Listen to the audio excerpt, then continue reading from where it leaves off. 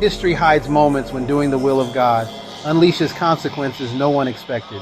This story begins with a star and ends with the cries of mothers in Bethlehem. Long before Jesus spoke a word, his birth drew men from far beyond Israel. They were called Magi, astronomers, priests, scholars of dream and starlight. The word Magi comes from ancient Persia, Magash, a priestly caste. From it we get our English words magic and magician.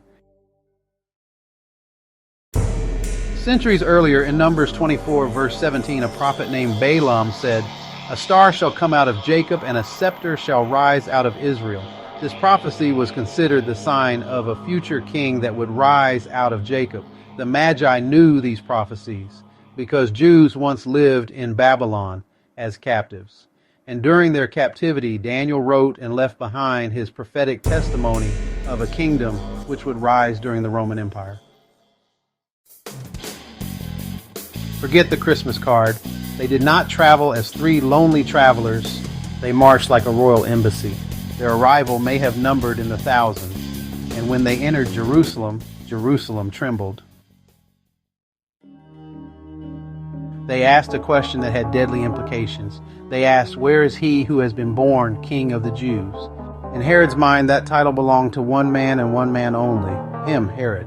And he was a paranoid puppet ruler installed by Rome. And he now feels threatened by a prophecy he thought was dead. When they arrived, Jesus was no newborn in a manger. Matthew says they entered a house and saw a paidion, which means a young child.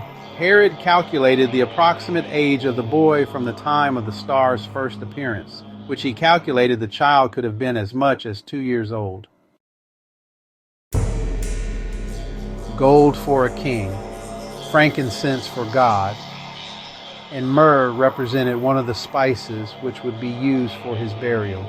And beyond symbolism of those gifts, they also had a very present and practical use. They were used to finance Joseph and Mary's midnight escape into Egypt.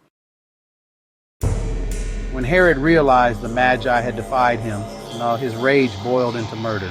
He ordered every boy, 2 years old and under, slaughtered.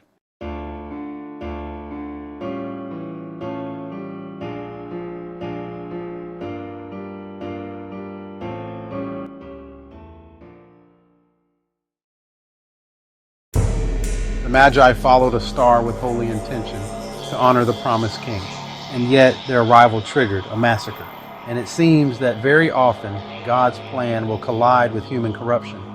And so we find that the light of God provokes the darkness in the hearts of men. And so I find that this story reveals at least two truths. Light will always disturb the darkness, and God will always protect his purpose through unexplained and unexpected means.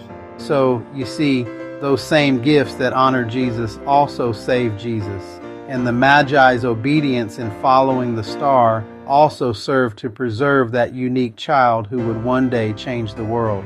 And so it's true that sometimes doing what is right creates conflict we never intended. But in the end, God always prevails in redeeming what human power seeks to destroy. Okay, so now, for more video subjects drawn from biblical teaching, check out my channel at Let Us Break Bread Together YouTube. We out.